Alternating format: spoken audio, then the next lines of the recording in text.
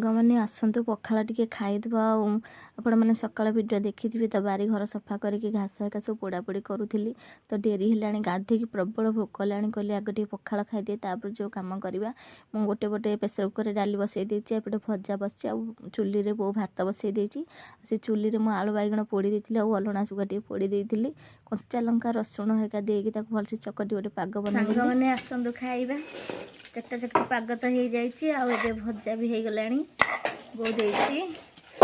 ମୋତେ ପ୍ରବଳ ଭୋକ, ଆଉ ରହିହବନି। ଆସନ୍ତୁ ଖାଇବା ଜଲ୍ଦି ଜଲ୍ଦି।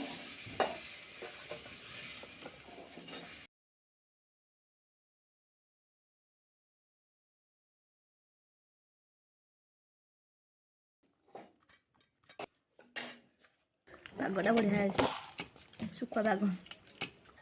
ତୁ ଆସୁନୁ ବୋଉ ଖାଇବୁ। ଖାଇବିନି, ଚାହା ମୁଢ଼ି ଖାଇଛି, ଆଉ ଟିକେ ଗଲେ ଖାଇବି, ତୁ ଖାଇଦେ।